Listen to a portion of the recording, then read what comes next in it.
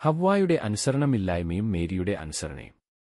ഈശോ പറയുന്നു, സൃഷ്ടിയുടെ പുസ്തകത്തിൽ നമ്മൾ വായിക്കുന്നില്ലേ, അറിവിന്റെ വൃക്ഷത്തിന്റെ ഫലമൊഴികെ മറ്റെന്തും ഭക്ഷിക്കാൻ അവരെ അനുവദിച്ചിരുന്നു എന്ന്.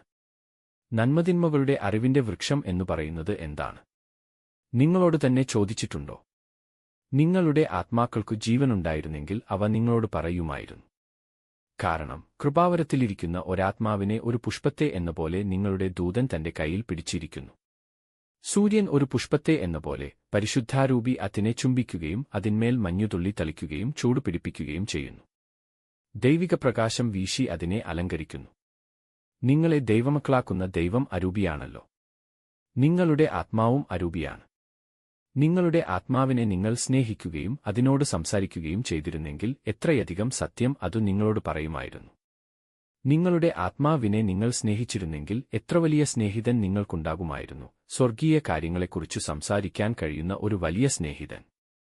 ആരെങ്കിലും എന്നെ സ്നേഹിക്കുന്നെങ്കിൽ അവൻ എന്റെ വചനം പാലിക്കും, എന്റെ പിതാവ് അവനെ സ്നേഹിക്കും, ഞങ്ങൾ അവനിൽ വാസം ഉറപ്പിക്കും എന്നു ഞാൻ പറഞ്ഞിട്ടില്ലേ?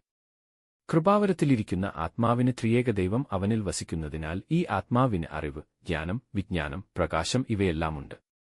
അപ്പോൾ എത്ര ഉദാത്തമായ സംഭാഷണം നിങ്ങളുടെ ആത്മാവുമായി നടത്താൻ കഴിയും. കാരാഗൃഹങ്ങളുടെ ഏകാന്തതയിൽ, ആശ്രമമുറികളുടെ നിശബ്ദതയിൽ, വനവാസികളുടെ നിശബ്ദമായ വസതികളിൽ, വിശുദ്ധരായ രോഗികളുടെ മുറികളിലെ നിശബ്ദതയിൽ ഇപ്രകാരമുള്ള സംഭാഷണങ്ങൾ നിറഞ്ഞു നിൽക്കുന്നു. ഇപ്രകാരമുള്ള സംഭാഷണങ്ങൾ രക്തസാക്ഷിത്വം പ്രതീക്ഷിച്ചു കഴിഞ്ഞിരുന്ന കാരാഗൃഹവാസികൾക്ക് ആശ്വാസമായിരുന്നു.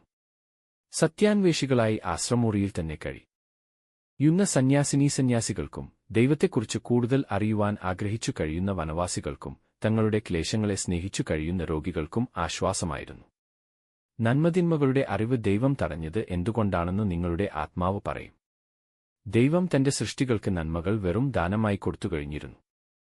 തിന്മ അറിയേണ്ട എന്നു വച്ചതോ? അതിന്റെ രുചി മധുരമാണെങ്കിലും അതിന്റെ രസം രക്തത്തിൽ കലർന്നു കഴിയുമ്പോൾ നിങ്ങൾക്കു പനിപിടിക്കുന്നു. അതിന്റെ ചാറു കുടിക്കുന്തോറും കൂടുതൽ കൂടുതൽ ദാഹം അവനുണ്ടാകുന്നു. പിന്നെ എന്തുകൊണ്ടാണ് ദൈവം അതവിടെ വച്ചത് എന്നു ചോദിക്കുമായിരിക്കും. തിന്മ എന്നതു സ്വയം ഉണ്ടാകുന്നതാണ്. ആരോഗ്യമുള്ള ശരീരത്തിൽ ചില മഹാരോഗങ്ങൾ താനേ ഉണ്ടാകുന്നതുപോലെ മനുഷ്യസൃഷ്ടിക്കു മുൻപേ തിന്മ ഉണ്ടായിരുന്നു. ദൈവദൂതനായിരുന്ന ലൂസിഫറിന്റെ അന്തസത്തയിൽ അഹങ്കാരത്തിന്റെ ആവി പൊങ്ങി. അവനതു ചിതറിച്ചുകളയാതെ അതിന്മേൽ അടയിരുന്നു. അതിൽ നിന്നു തിന്മ വിരിഞ്ഞു വന്നു. തിന്മ വിരിയിച്ചെടുത്ത ആ ശപിക്കപ്പെട്ടവൻ ആദിമാതാപിതാക്കളിൽ ആ വിഷം കുത്തിവച്ചു. അരൂപിയിലുള്ള കന്യാത്വം മനുഷ്യൻ ഇല്ലാതാക്കാൻ സാത്താൻ ആഗ്രഹിച്ചു.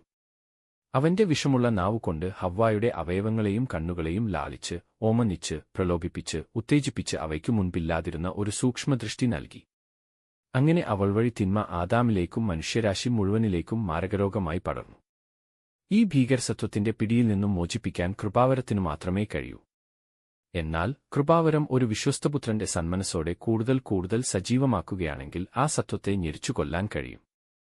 പിന്നെ ഒട്ടും ഭയപ്പെടേണ്ടതില്ല. മാംസവും ദുരാശകളുമാകുന്ന ആന്തരിക ശത്രുക്കളെയും ലോകവും അതിലെ പ്രബലന്മാരുമെന്ന ബാഹ്യശത്രുക്കളെയും അത് ഭയപ്പെടുകയില്ല. മേരി പറയുന്നു, സന്തോഷത്തോടെ ഞാൻ അനുസരിച്ചു.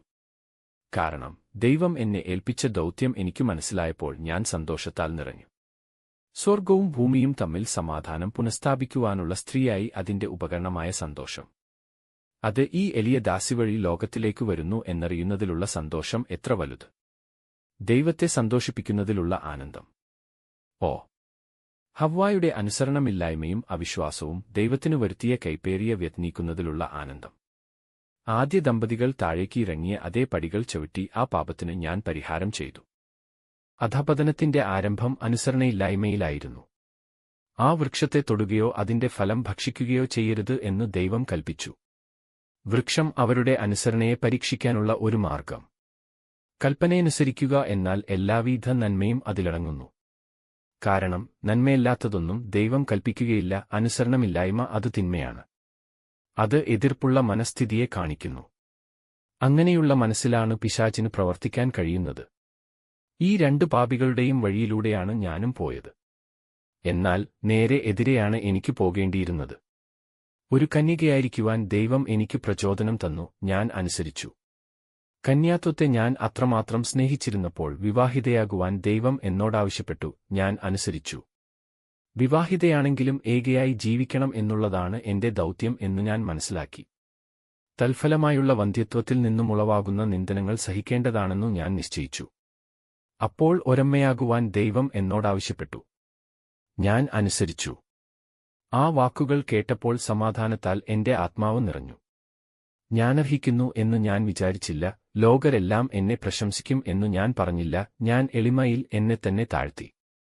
ഒരു റോസാച്ചെടിയുടെ മുളപോലെ സന്തോഷം എന്റെ ഹൃദയത്തിൽ നിന്നു പൊട്ടിപ്പുറപ്പെട്ടു. എന്നാൽ താമസിയാതെ തന്നെ അതിൽ കൂർത്ത മുള്ളുകൾ കൊണ്ടുള്ള അലങ്കാരമായി. ദുഃഖങ്ങളാകുന്ന വള്ളികൾ അതിൽ കയറിപ്പിടിച്ചു. എന്റെ ഭർത്താവിനെക്കുറിച്ചുള്ള ദുഃഖം. എന്റെ സന്തോഷത്തെ കുത്തിത്തുളയ്ക്കുന്ന ഒരു മുള്ളായിരുന്നു അത്. ദൈവമേ, അങ്ങ് പുഞ്ചിരിക്കൂ, പാപം പരാജയപ്പെട്ടിരിക്കുന്നു. അത് എന്റെ ഉപ്പൂറ്റിക്കു കീഴേ കിടക്കുന്നു. എന്റെ കണ്ണുനീർ കൊണ്ട് അത് കഴുകപ്പെട്ടിരിക്കുന്നു. ഒരു പുതിയ വൃക്ഷം എന്റെ ഹൃദയത്തിൽ നിന്ന് ജനിക്കും. എല്ലാ നന്മകളും അതു നൽകും. എല്ലാ മനുഷ്യർക്കും അതിന്റെ പക്കലേക്ക് വരാൻ കഴിയും. അതിൽ നിന്ന് അവർ എടുക്കുന്നുവെങ്കിൽ എന്നിൽ നിന്ന് ജനിച്ചതാണ് എന്ന് അവർ ഓർക്കുന്നില്ലെങ്കിൽ തന്നെയും എനിക്ക് സന്തോഷമായിരിക്കും. ദൈവം സ്നേഹിക്കപ്പെടുകയും മനുഷ്യൻ രക്ഷപ്രാപിക്കുകയും ചെയ്യുന്നെങ്കിൽ ഒരു വൃക്ഷം നിൽക്കുന്ന മണ്ണിനെ എന്ന പോലെ തന്റെ ദാസിയെ അവഗണിച്ചുകൊള്ളട്ടെ. മുകളിലേക്ക് കയറാനുള്ള പടിയായി മണ്ണു നിലകൊള്ളട്ടെ. മറ്റുള്ളവർ ദൈവത്തിങ്കലേക്ക് ചവിട്ടിക്കയറാനുള്ള പടിയായിരിക്കണം നമ്മൾ. എപ്പോഴും നമ്മെ അവർ ചവിട്ടുന്നു എന്നത് കാര്യമാക്കേണ്ട, അവർ കുരിശിങ്കലേക്ക് എത്തുന്നു എന്നതാണ് കാര്യം.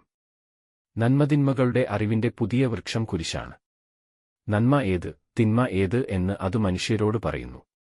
ശരിയായവ തിരഞ്ഞെടുത്തു ജീവിക്കുവാൻ അങ്ങനെ മനുഷ്യരെ പ്രാപ്തരാക്കുന്നു.